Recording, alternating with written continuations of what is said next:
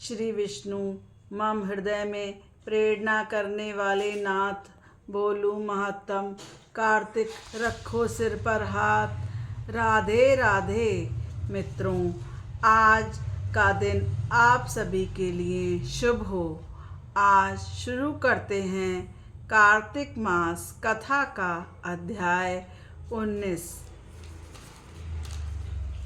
राजा पृथु ने पूछा, हे नारद जी, अब आप यह कहिए कि भगवान विष्णु ने वहाँ जाकर क्या किया तथा जलंधर की पत्नी का पतिव्रत किस प्रकार भ्रष्ट हुआ। नारद जी बोले, जलंधर के नगर में जाकर विष्णु जी ने उसकी पतिव्रता स्त्री वृंदा का पतिव्रत धर्म भंग करने का विचार किया। वे उसके नगर के उद्यान में जाकर ठहर गए और रात्रि को उसको स्वप्न दिया। वह भगवान विष्णु की माया और विचित्र कार्य पद्धति थी और उनकी माया द्वारा जब वृंदा ने रात में यह स्वप्न देखा कि उसका पति नग्न होकर सिर पर तेल लगाए महिष पर चढ़ा है, वह काले रंग की फूलों की माला पहने हुए है तथा उसके चारों ओर हिंसक जीव हैं। वह सर मुड़ाए हुए अंधकार में दक्षिण दिशा की ओर जा रहा है। उसने नगर को अपने साथ समुद्र में डूबा हुआ देखा इत्यादि बहुत से स्वप्न देखे। तत्काल ही वह सपनों पर विचार करने लगी। इतने में उसने सूर्य देव को उदय होते हुए देखा तो सूर्य में उसे एक छिद्र दिखाई दिया और सूरज कांतिहीन प्रतीत हो रहा था। यह स्वप्न वृंदा ने अनिष्ट जाने और भयभीत व्याकुल होकर रोती हुई कभी छज्जे अटारी तथा भूमि पर भटकती रही, पर कहीं भी उसे शांति प्राप्त न हुई। फिर वह अपनी दो सखियों के साथ उपवन में गई। वहाँ भी उसे शांति नहीं मिली। फिर वह जंगल में निकल पड़ी। वहाँ उसने सिंह के समान दो भयंकर राक्षसों को देखा, जिनसे भयभीत होकर वह भागने लगी। उसी क्षण उसके समक्ष अपने दो शिष्यों सहित शांत मौनी तपस्वी वहाँ आ गए। भयभीत वृंदा अपने हाथ जोड़कर तपस्वी से अपनी रक्षा की याचना करने लगी। मुनि ने अपनी एक ही हुंकार से उन राक्षसों को भगा दिया। वृंदा को आश्चर्य हुआ तथा वह भय से मुक्त हुई। मुनिनाथ को हाथ जोड़कर प्रणाम करने लगी।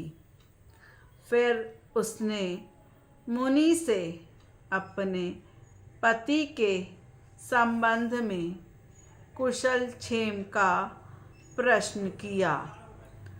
उसी समय दो बानर मुनि के समक्ष आकर हाथ जोड़कर खड़े हो गए और ज्यों ही मुनि ने भ्रकुटी संकेत किया, त्यों ही वह उड़कर आकाश मार्ग से चले गए।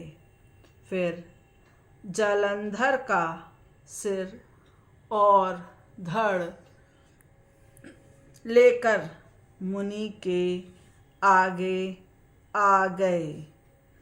तब अपने पति का मृत शरीर जानकर वृंदा मूर्छित होकर पृथ्वी पर गिर गई और अनेक प्रकार से दारुण विलाप करने लगी।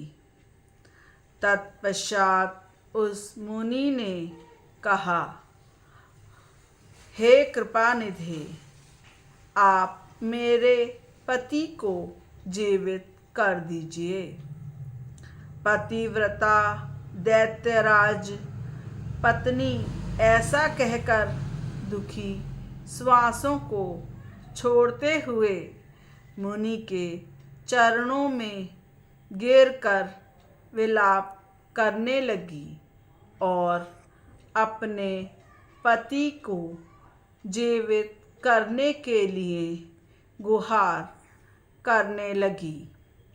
तब मुनीश्वर ने कहा, यह शिवजी द्वारा युद्ध में मारा गया है, जीवित नहीं हो सकता, क्योंकि जिसे भगवान शिव मार देते हैं वह कभी जीवित नहीं हो सकता, परंतु शरणागत की रक्षा करना सनातन धर्म है। इसी कारण शिव कृपा से ही मैं इसे जीवित कर देता हूँ। नारद जी ने आगे कहा, वह मुनि साक्षात विष्णु ही थे, जिन्होंने यह सब माया जाल रचा था। वह वृंदा के पति को जीवित कर आशीर्वाद दे अंतर्ध्यान हो गए। जालंधर उठ खड़ा हुआ और वृंदा ने अत्यंत हर्ष के साथ उसका आलिंगन किया। वृंदा अपने पति को जीवित देख अत्यंत हर्षित हुई और अब तक हुई सभी बातों को स्वप्न समझकर विस्मित कर दिया। तत्पश्चात वृंदा बहुत दिनों तक अपने पति के साथ विहार करती रही। एक दिन अचानक अपने पति के स्थान पर उसने भगवान विष्णु की छवि को देखा तो वह बहुत क्रोधित हुई और भगवान विष्णु को ताड़ित करती हुई बोली, हे विष्णु, पराई स्त्री से गमन करने वाले, तुम्हारे शील को धिक्कार है। मैंने जान लिया है कि यह सभी तुम्हारी माया थी। तुम अत्यंत मायावी हो। तुम छल कर कर मेरा पतिव्रत धर्म हर लिया है। इस प्रकार कहकर कुपित पतिव्रता वृंदा ने अपने तेज को प्रकट करते हुए भगवान विष्णु को श्राप दे दिया।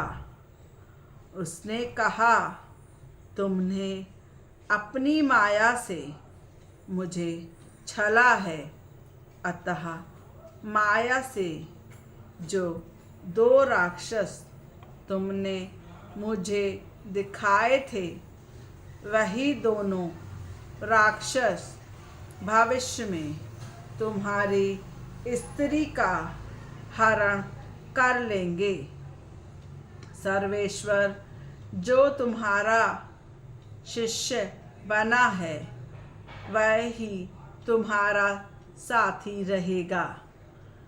जब तुम अपनी स्त्री के हरण के पश्चात उसके विरह में दुखी होकर इधर उधर विचरण करोगे, उस समय यही वानर तुम्हारी सहायता करेंगे।